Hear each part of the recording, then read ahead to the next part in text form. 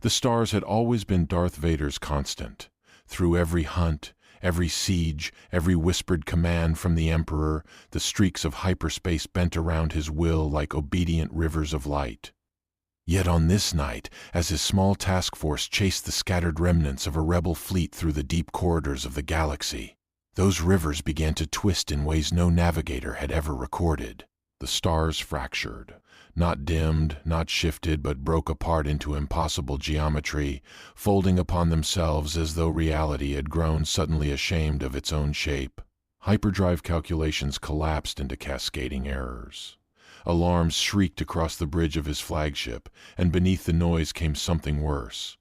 A sound like space itself screaming. A crimson vortex bloomed ahead of them, vast beyond measurement, swallowing the vessel whole. When the storm at last released them, the galaxy Vader had known for a lifetime was gone. Navigation returned no matching stars. Communications answered only in static, laced with whispers that no machine should have been able to record. Even Vader, whose bond with the Force had guided him through wars and betrayals, felt something profoundly wrong. The Force here felt distorted, torn at its edges, as though another cosmic will pressed against it from an unseen direction. Then the tears in reality opened. Grotesque things spilled forth, screaming with mouths that were not mouths, wielding rage as though rage itself were a blade. Lightsabers carved through them with practiced precision, yet every fallen horror only deepened the mystery. These creatures were not merely living. They were emotion given form. The battle was interrupted by something greater. A colossal fleet of Aquila-bearing warships tore from the void, dwarfing every star destroyer. Vox channels erupted with accusations of heresy. Vader attempted calm authority. It was mistaken for arrogance. As macro cannons began to charge, Vader silently ignited his crimson blade, not out of anger, but calculation. The first exchange of fire painted the void in searing arcs of plasma and turbolaser light. Vader's ships, though vastly outnumbered, moved with a precision the Imperium of Man had never before witnessed. Star destroyers pivoted like predators, striking with disciplined restraint rather than reckless fury. Vader watched from his bridge, silent and calculating, guiding the engagement through the Force as easily as a conductor guiding a symphony. The Imperium was astonished. Their tacticians studied readings from technology centuries beyond their own catalogs, unable to reconcile such refinement with what they believed to be a heretic warlord. Vader, in turn, studied their vessels with equal unease. Gothic warships shaped like floating cathedrals, hulls covered in statues, prayers, and iron saints. Weapons of war built as if worship itself powered them. Between skirmishes, he seized fragments of enemy communications and interrogated captured prisoners, and slowly the shape of this new reality revealed itself. Humanity here spanned 1,000,000 worlds. Its emperor had sat upon a golden throne for 10,000 years. Faith had replaced reason. Progress had become heresy. Entire planets were burned merely to sustain a dying empire. To Vader, it resembled the galactic empire twisted into religious madness beyond even Palpatine's darkest ambition. The Imperium, meanwhile, grew ever more certain that Vader was a chaos sorcerer of terrifying power. His telekinesis mirrored forbidden psychic arts. His lightsaber resembled a demon-forged relic. Worst of all, he commanded absolute loyalty through fear, exactly as the corrupted warlords of the Warp did. The Inquisition authorized exterminatus should containment fail. Yet one voice hesitated. A respected librarian noticed something impossible. Vader radiated immense psychic force, but no warp signature accompanied him. His power flowed from something fundamentally different. The revelation was suppressed before it could spread. Neither side sought peace anymore. The Imperium prepared a crusade. Vader prepared a campaign of survival. But far beyond both armies, in the churning depths of the warp, 4 ancient gods stirred with growing fascination. Something new had entered their reality. For the first time in eternity, chaos was curious. The visions began on the 3rd night after the ceasefire lines were drawn. They came without warning, slipping past the disciplined walls of Vader's mind like smoke through iron. They were not memories of the Force, nor manipulations shaped by the Emperor's long conditioning. They were older, vaster, impossibly alien. Countless voices spoke at once, though none used words. They pressed against him in raw emotion, rage without cause, ambition without limit, despair without floor, excess without ending. The warp itself was reaching for him, tasting him, trying to comprehend the strange fire that burned within his shattered body. Deep beyond mortal reality, the ruinous powers recognized in Vader something unprecedented, a being carved from suffering and passion whose strength owed them nothing. Khorne saw a perfect warrior who spilled oceans of blood, yet refused to offer a single drop in worship. Tsinj saw an anomaly whose future refused to align with any strand of fate. Nurgle envied the endurance of a man who lived in endless agony without surrendering to despair. Slaanesh coveted the obsession that consumed every fiber of Vader's existence. They would not destroy him. They would compete for him. Warp storms bloomed across neighboring sectors. Chaos fleets descended like carrion swarms, eager to seize or corrupt the outsider before the Imperium could finish its own hunt. Caught between two devouring empires, Vader was forced into an uneasy alliance with a small Imperial strike force after a demonic incursion overwhelmed them both. Fighting side by side revealed uncomfortable truths. Space Marines watched, silent and puzzled, as Vader shielded civilians from collapsing structures rather than trampling them. Vader, in turn, studied warriors whose absolute faith rivaled the loyalty of his fallen officers, yet asked nothing for themselves. Among them walked a veteran chaplain whose words cut deeper than any blade.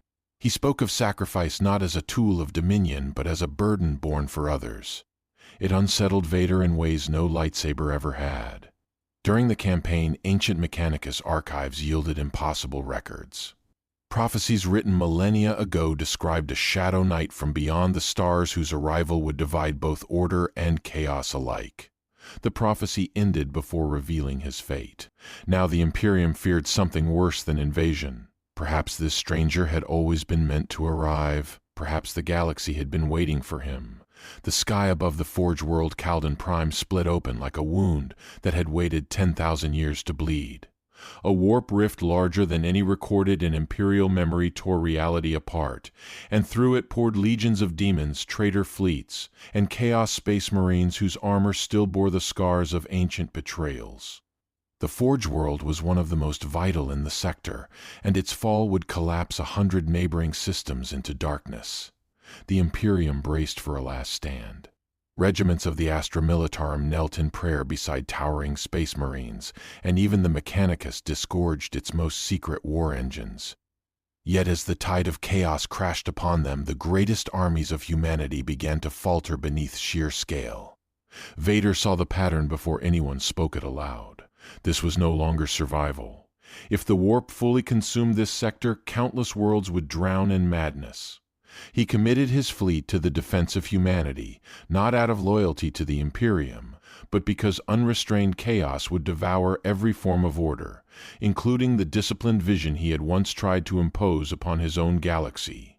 As the battle reached its apex, the ruinous powers made their final move.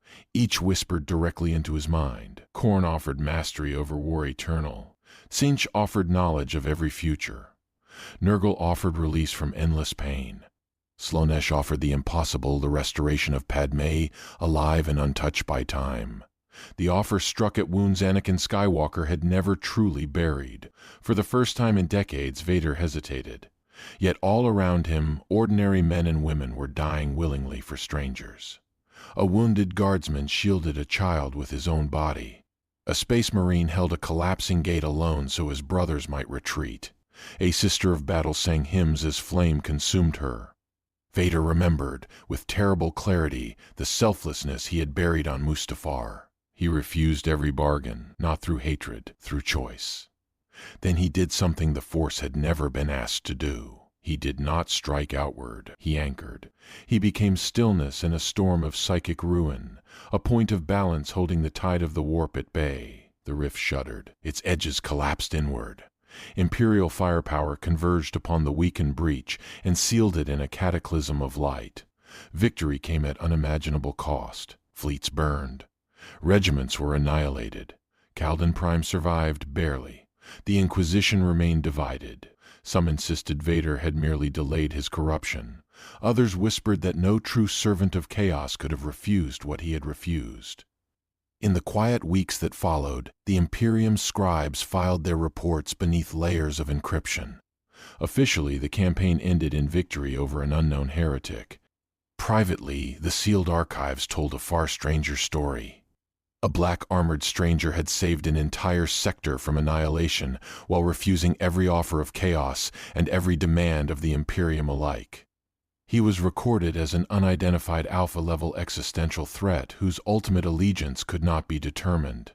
Among the Adeptus Mechanicus, fragments of Star Destroyer technology were locked away in vaults deeper than most cathedrals. Priests obsessed over them in secret, launching experiments that blurred the line between machine, faith, and innovation. Within the Inquisition, hidden factions argued whether Vader was a weapon to be understood or an omen to be erased. Across countless worlds, soldiers who had fought beside him began sharing impossible battlefield tales of the Dark Knight who defied the gods. For Vader, the wound cut inward. In a universe where tyranny, faith, and endless war had consumed humanity for 10,000 years, he saw the inevitable destination of the empire he had helped forge. The Imperium was everything Palpatine's vision could ever have become: eternal, vast, sustained by fear. Rather than validating his past, it forced him to confront its final consequence. As his damaged flagship slipped into the void, the force around him felt subtly changed. It echoed faintly within the warp, and the warp left whispers at the edges of the force. Two cosmic powers that were never meant to touch had begun to influence one another. Far beyond known space, deep beneath the imperial palace, the Emperor upon the golden throne briefly opened his eyes. For a single heartbeat, he sensed a presence unlike any psyker, demon, or primarch. Not a servant, not an enemy, a soul born in another reality. And somewhere beyond the stars, Darth Vader paused, as though he sensed someone looking back.